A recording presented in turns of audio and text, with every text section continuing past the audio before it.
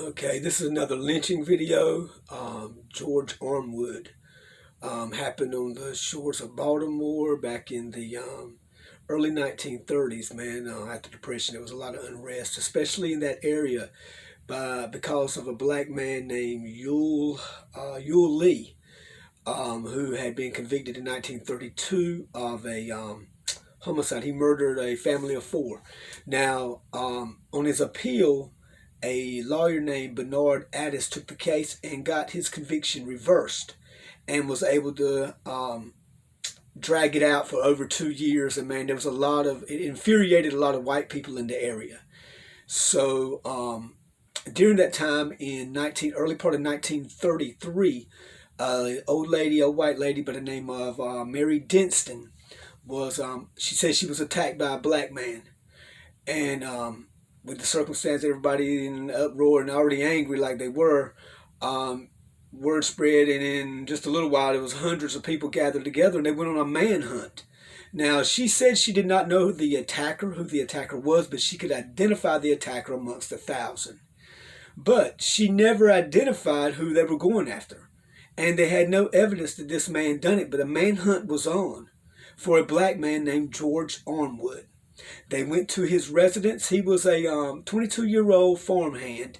He had dropped out of school at the age of 15 because they said he was said to be very slow, mentally challenged.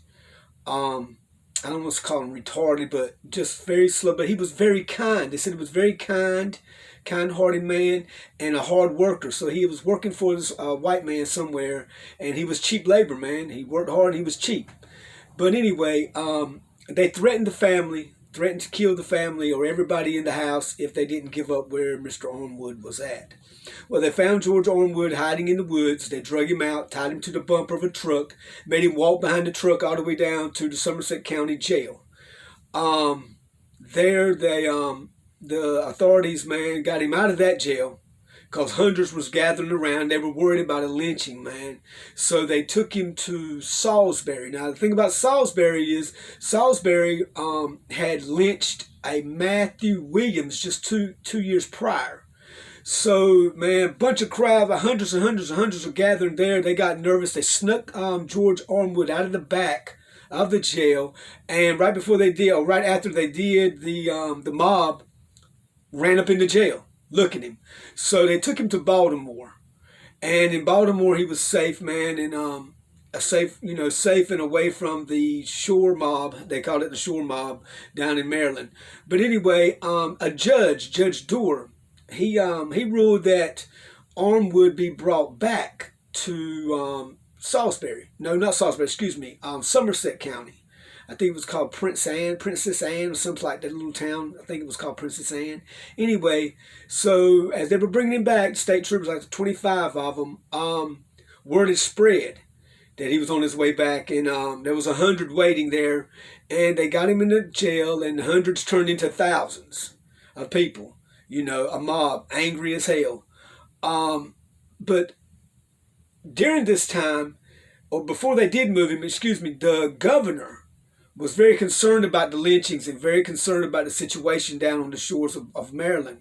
And he didn't want him moved, actually, but Judge Dorr reassured Governor Ritchie, also the state attorney, Mr. Robbins, also reassured them that they would be safe, that there was nothing going on, that he would be taken care of, there would be no lynching in that county. So, and also, that was reassured by the sheriff. I think it was Sheriff Daughtry. Anyway, Dorr, Daughtry, and Robbins reassured to Governor Ritchie that there'd be no lynching. So as he got back, he was in the jail. Like I say, the hundreds went to thousands, and there was 25 state troopers there to guard the entrance of the jail. And only 25. They refused to bring in the the American Legion for reinforcements. And as the day went on, the crowd got bigger and it got more juiced up, more hyped up. Anyway, they stormed the front entrance and overtook the state troopers and entered the jail. They found Mr. Armwood underneath the mattress in his jail cell, man, hiding.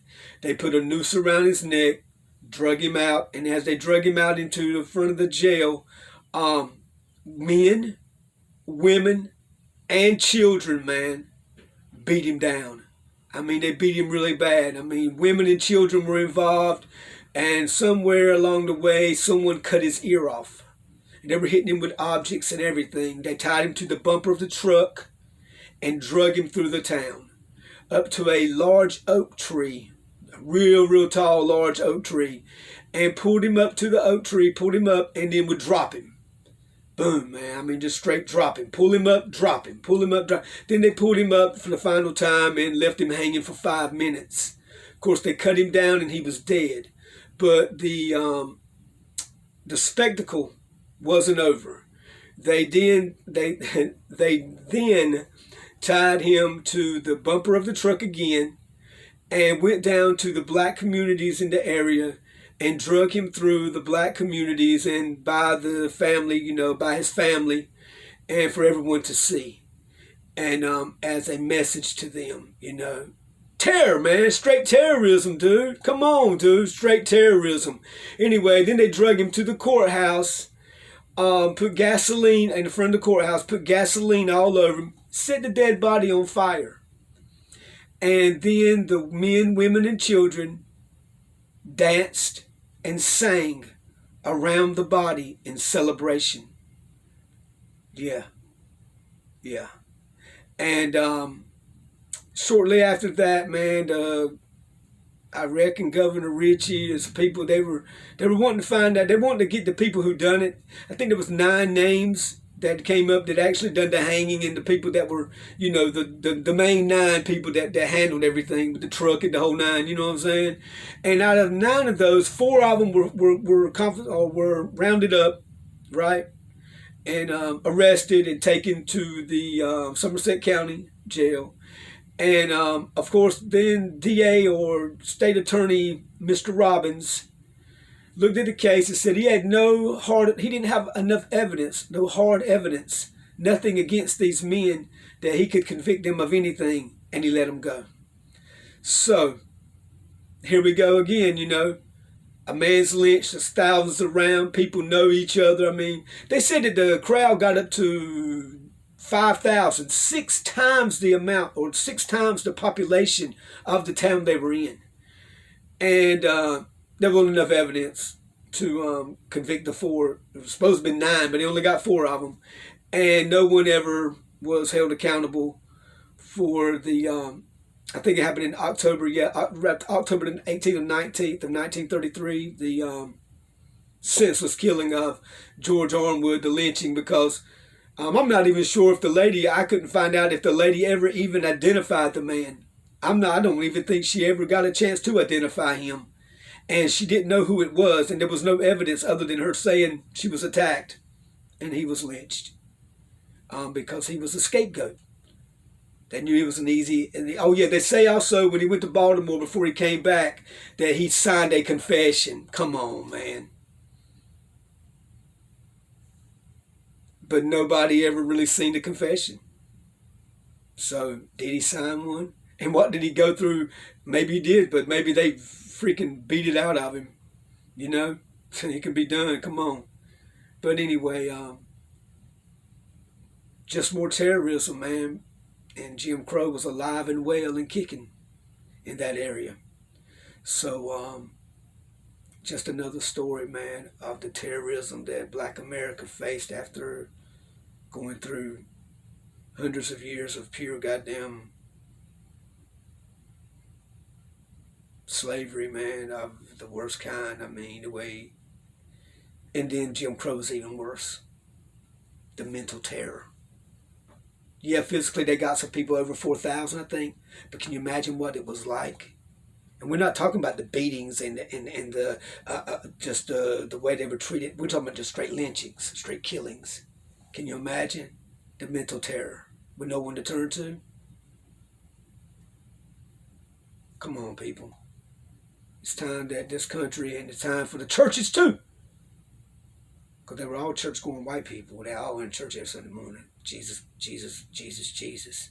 So Jesus owes, the government owes, Uncle Sam owes, we the people, white people of the government, we owe. for this bullshit, man. Civil rights ain't enough. You gotta cash them checks, man. You gotta write them out, man. You gotta do something. Come on, people. Peace.